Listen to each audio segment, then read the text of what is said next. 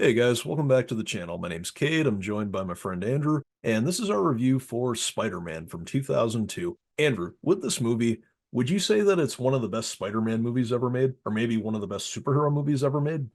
Well, considering the fact our group of both of those categories are actually a lot bigger than anybody seems to realize, it definitely is one of the better Spider-Mans. I definitely tend to believe that Spider-Man 2 in this trilogy is the better of the three, but it's still pretty damn good and pretty damn fun Spider-Man movie. As for all of superhero-dom, I would definitely say it easily would make a case to be in the top 15.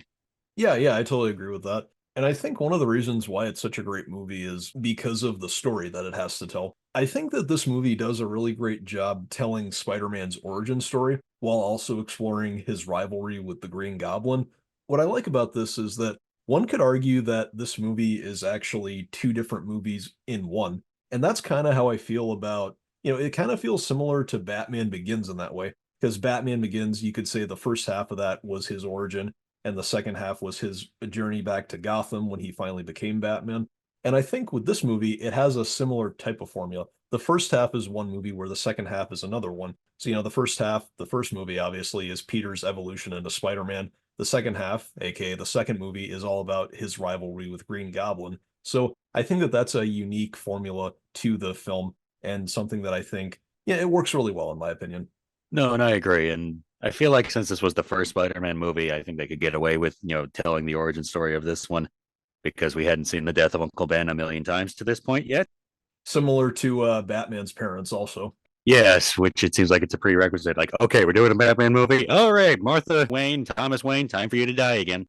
Yeah, and I'm not gonna lie, when it comes to superhero movies in general, I've kind of gotten a little bit tired of the first movie always using the origin story every time, not just for characters like Spider-Man and Batman, but also every other hero. It just feels like it's always used when sometimes it's not always necessary. And actually, come to think of it, James Gunn had talked about this one time, I think on Twitter, where he said that origin stories in superhero movies a lot of times feel like an extra layer included in a story about a hero versus a villain rather than feeling more like an organic part of the story.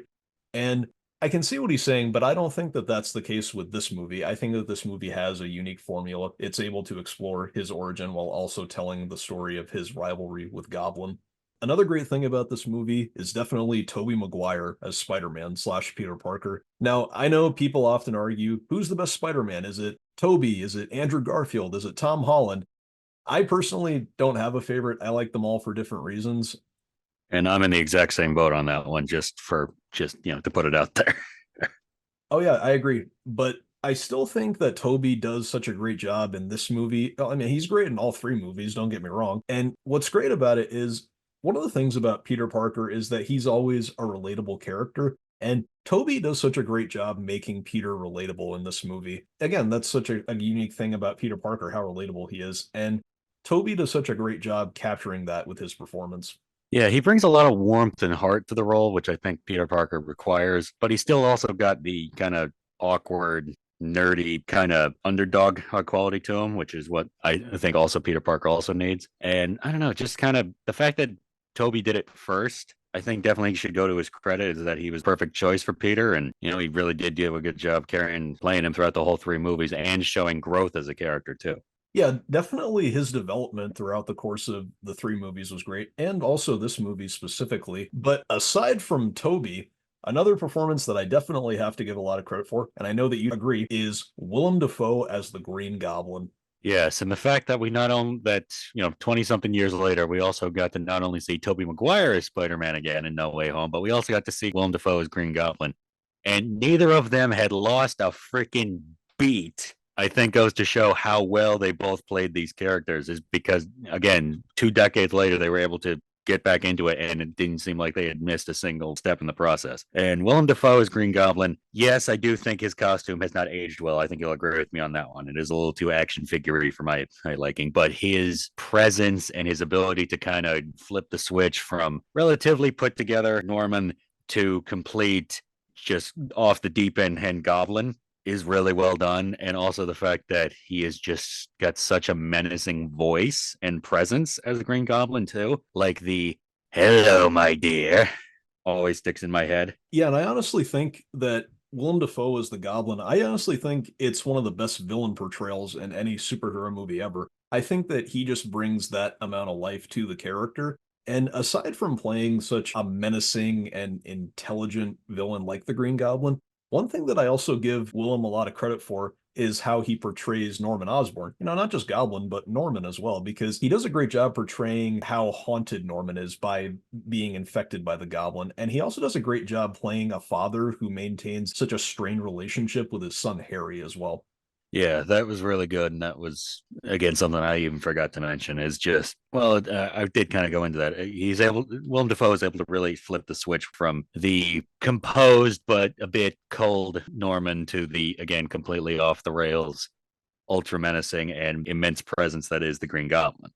And one other thing that I also love is how, despite dying in this movie, he still appears in all three films. Yeah, that was a nice touch. I think kind of it almost gives the vibe of he's had such an impression on Peter that he really can't ever get away from him. And aside from Peter and Norman, one other thing that I have to give credit for is how the story balances using so many different characters. Now, obviously, too many characters is something that has definitely plagued a lot of other superhero movies, not just Spider-Man movies, but other ones as well. And this is something that I think Spider-Man 3 kind of suffered with. Oh yeah. And but this one, I think the fact that none of them, with the exception of obviously Norman, none of them become villains in this movie. And obviously some of them don't become villains, period. But that's beside the point. I think that the fact that none of them became there wasn't multiple villains in this movie, I think definitely benefited it. So it did give that room for the main characters that kind of surround Spider-Man to be in it, but not feel like they're overblown and taken away from Spider-Man himself. Yeah, and I think that that's what's nice about this movie, and a lot of other superhero movies have achieved this as well, is that, you know, you can have a lot of characters, but as long as they're there to help tell the hero's story better, then they definitely have good reason to be there if they can do that, as long as they also have a reason to be in the story. Because look back, aside from Peter and Norman, you have Harry, you have Mary Jane, you have Aunt May, you have Uncle Ben, you have Jameson, and a couple of other characters. I mean, there's a fairly decent amount of characters in this movie, but again, what's great is that they're all there to help tell Peter's story better. So that's, I think, something that's great about the film. Yeah, and Spider-Man's always been the kind of character that's sort of, say, unlike similar characters like, say, Batman, who, yes, he has people around him, but he doesn't really have, with the exception of maybe like Alfred, doesn't have anybody that he deeply, deeply emotionally cares about in his immediate inner circle. I mean, Robin to a certain extent as well, but and Catwoman, yeah, but that's a can of worms for another time. Spider-Man definitely has those much more any more deep emotional connections because there's these people that he deeply cares about and wants to protect. And Spider-Man's a very emotional kind of character. Yeah, but aside from that, I think that another thing that's great, aside from Toby and Willem, is all the other performances are really great also. J.K. Simmons as Jameson, Kristen Dunst as Mary Jane, James Franco as Harry Osborn, Rosemary Harris as May Parker. One performance that I feel doesn't get enough credit is how great Cliff Robertson is as Uncle Ben in this movie.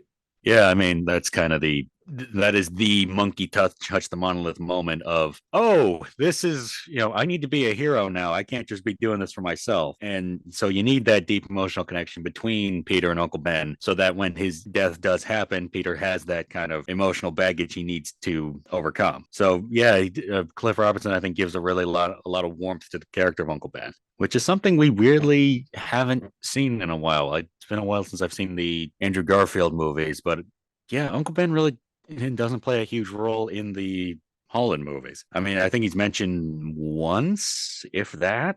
Yeah, I think a couple times, but then again, I'm glad that the Tom Holland movies didn't recreate the death of Uncle Ben because, I mean, we've already seen it before. Yeah. And I also want to just give two shout outs just because I'm a huge fan of both of these people. I want to give a shout out to Bruce Campbell as the ring announcer because even though he's on screen for less than 5 minutes, he just gives, well, it's a Bruce Campbell performance. He gives it so much socks and, so much dedication that you always remember him. And then also a shout out to one of the only major acting roles for Macho Man Randy Savage's Bonesaw. Just because Macho Man's one of my all-time favorite wrestlers. So the fact that, he got to have a memorable role in one of the biggest movies of all time, in my opinion, it was just something nice to see. But yeah, why don't we move on to our cons of this movie? Do you have any big ones that you wanted to bring up first? Well, like I mentioned a little bit ago, some of the costume for the Green Goblin I don't think looks terribly great. I don't know if it's just the fact that it hasn't aged well or if it really didn't look that good at the time either. But honestly, I think the look Willem Dafoe had in No Way Home I think was a better look for the Goblin, like without the mask and with the cloth wrapped around his head. Yeah, that's kind of like my only real fault. I mean, this movie came out at a time where for like the last decade, superhero movies had been kind of considered, lower quality affairs and box office poison with very few highlights like Blade. But yeah, between this and when did the original X-Men come out? 2000. Okay, so this and so like X-Men and this kind of showed that, hey, maybe superhero movies don't have to be colossal piles of burning garbage. Yeah, I think that my only big complaint with this movie is, well, in the climax of the movie, the climax is great. I love the final battle between Spider-Man and Goblin, but I kind of wish that, and this is kind of an issue I have with all three movies, I wish that it wasn't always about saving Mary Jane because she got kidnapped by the villain. Yeah, I can see where you're coming from, and I definitely feel like that does get a little tired and cliche by the end of the trilogy. But I think for a first movie where again you're kind of introducing all the characters, I feel like that does make a little bit more sense. I don't think it was quite tired at this point. No, yeah, I understand. It's just and I understand that she doesn't have superpowers or anything. It's just I wish that it could have been more than just always being about saving Mary Jane at the end. That's just conversation for another time. Another con that I have, it's kind of just a nitpick. When it comes to the organic webbing, I kind of go back and forth between him having organic webbing and him just having web shooters. Sometimes I like it and sometimes I don't. I don't know. Where does it sit with you? Which one do you prefer? Uh, I tend to prefer the man-made webbing just because I think it adds some tension of, oh crap, is he going to run out of webbing kind of thing. Whereas with the organic stuff, he always seems to have a supply of it. So that's just a me thing. But in the immense realms of issues I have with movies, that is a pretty damn small one. So, Yeah, but on a scale of 1 to 10, what would you give this movie? well, it's not my outright favorite Spider-Man movie. I definitely think No Way Home, Spider-Man 2, Across the Spider Verse definitely would be my top three. But this is still a really good movie, and it still holds up really well. I mean, there's a reason why people still look at this movie so fondly, and why people were so excited when the worst kept secret in Hollywood was that Andrew, was Toby was going to come back for No Way Home with Andrew. I think this is a really solid 9. I really do think it is. It's a really good superhero movie. It was very popular then. It's still very popular now, and for good reason. Yeah, and I think I'll have to agree. I would either give it an 8.5 or a 9. It's that good of a superhero movie. I think it's arguably one of the best superhero movies ever made. I'd say top 10 at least. It's one of my favorites, along with Spider-Man 2 and The Dark Knight and a bunch of other things. But yeah, I would give it either an 8.5 or a 9 for a rating. All right, guys, I think that that's the end of this review. Thanks so much for listening. Don't forget to like and subscribe and follow us on Instagram and Threads, and we will see you later.